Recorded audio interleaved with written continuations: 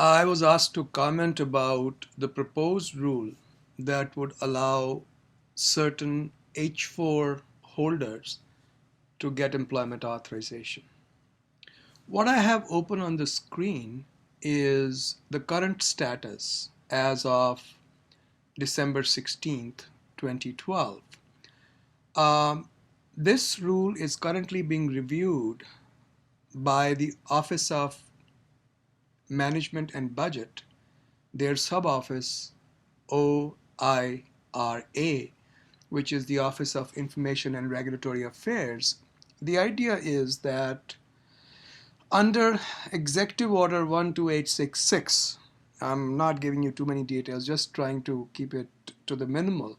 Um, Regulations, before they move forward beyond a certain point, they need to be reviewed by the White House, and you know, uh, it's not something that President Obama does himself. Of course, you all know that.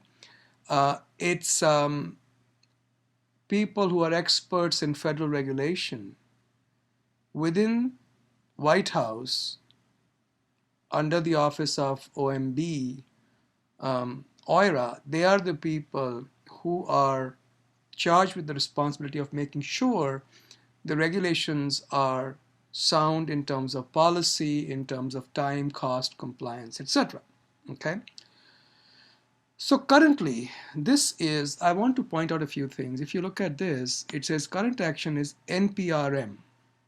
What does that mean? Notice of proposed rulemaking. That means once this is okayed by the OMB, a notice of proposed rulemaking will be put out in the Federal Register. If you look at this right here, it doesn't say FR site right now because it has not yet been published. Okay. So once it is approved, an NPRM, a notice of proposed rulemaking, will be published in the Federal Register, which basically means the government will formally notify everybody that we intend to make a rule. And if you have any comments about that, let us have them. There's a lot of variation in regulations and how they are made. Let me get to that in a second. But I want to point out this abstract to you. What does it say? It says we are going to allow those H-4 holders to get work authorizations whose husbands have crossed over 6 years of their H-1.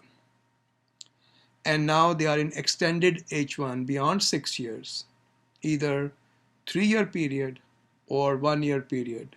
And these two periods, which are referred to as Section 104C and 106A, these two periods, one depends upon when the labor cert was filed. If the labor cert was filed a year ago, anyone who is on H1 6 years last term, they can get their H1 extended on a year-to-year basis.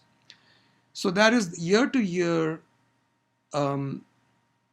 extension is tied in with your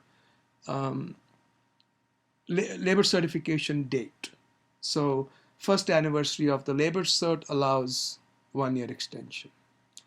The second method of getting H1 extensions, which is 3-year method, is if your I-140 is approved, regardless of when your labor cert was filed. So if you are in any of these two categories, exceeded your H1 and you have now extended your H1 beyond 6 years, your spouse would be then entitled to get work authorization. I think it's very fair, and as the abstract notes, this is to encourage professionals with high demand skills to remain in the country. Okay, think about it. Somebody who's on H1 has been here for 6 years. They've done everything by the book. They've done it legally. There is no reason for them to have to wait any longer for their spouses to work. It's just highly unfair, and we've been pointing this out, not only us, the entire set of stakeholders, the community, lawyers, agencies that are involved, nonprofits that are involved in the process. It's been pointed out to the government that people who've been waiting for their legal immigration for years. I mean, typically, what is the lifespan? Let's just take example of India or China. You enter USA typically on a student visa. You do your master's couple of years or your PhD and your PhD sometimes 4 5 years, 6 years. Then you get into H1. 6 years after that, you will get this benefit. So that's like 15 years for many of you, but definitely no less than 6 years. Um, if, on the other hand, government were to legalize folks who are here illegally, I'm not saying that they should not be legalized. I'm saying that we've got to have some equity here. And this is one step, very, very, very small step towards equity. I personally feel like in L2, H1 visa holders, their spouses should be allowed to start working on the day they enter USA. Why is this distinction made between L2 holders and H4 holders? L2 holders are allowed to work day one when they enter USA. There is no philosophical or policy difference between L2 and H4. In any case, we'll take what we can get for the time being. At least this is a step in the right direction. Now, what happens after this process? Well, some of my colleagues are predicting it could be as little as 3 months or 6 months. I don't think it's that simple because remember, um, typically what happens is first a notice is of the rulemaking is provided, or the rule itself can be provided as a proposed rule, and then public is invited to comment for 30 to 60 days. Then the government goes back and analyzes those comments. This whole process can take a while. Then they can issue another revised version, ask for more comments. Sometimes the comment period can be extended to 180 days. Then on top of that, during the congressional review time, which is while the regs are still not implemented, they are finalized, Congress can come back and overrule the reg. It's difficult for them to do that at this point of time, but all these things are still uncertain. So by no means can we say that this is certain to be implemented and when it is certain to be implemented. But it appears that for the first time in the last 4 or 5 years, some formal acknowledgement has been made by the Obama administration, um, and some acknowledgement has been made that there is a set of legal professional workers in the United States who have been much ignored. Feel free to send us emails through the contact us form on our website. So if you need any, the contact us form is right here. You can just click on that and send us an email if something is unclear. I'll be happy to uh, address as much of it as I can. And good luck to all of us, folks. Bye-bye. I also wanted to add one thing as an afterthought. Um, you do know that, of course, once you file your I-485 adjustment of status, your spouse on H-4 is entitled to their EAD. This is in addition to that, right? So even if you are, obviously, I mean, I think it's quite clear, but just in case it isn't. So even if you are not in the 485 step of the process, you can still get employment authorization for your H-4 spouse if this rule were to be implemented. I just thought I'll add that. Thanks.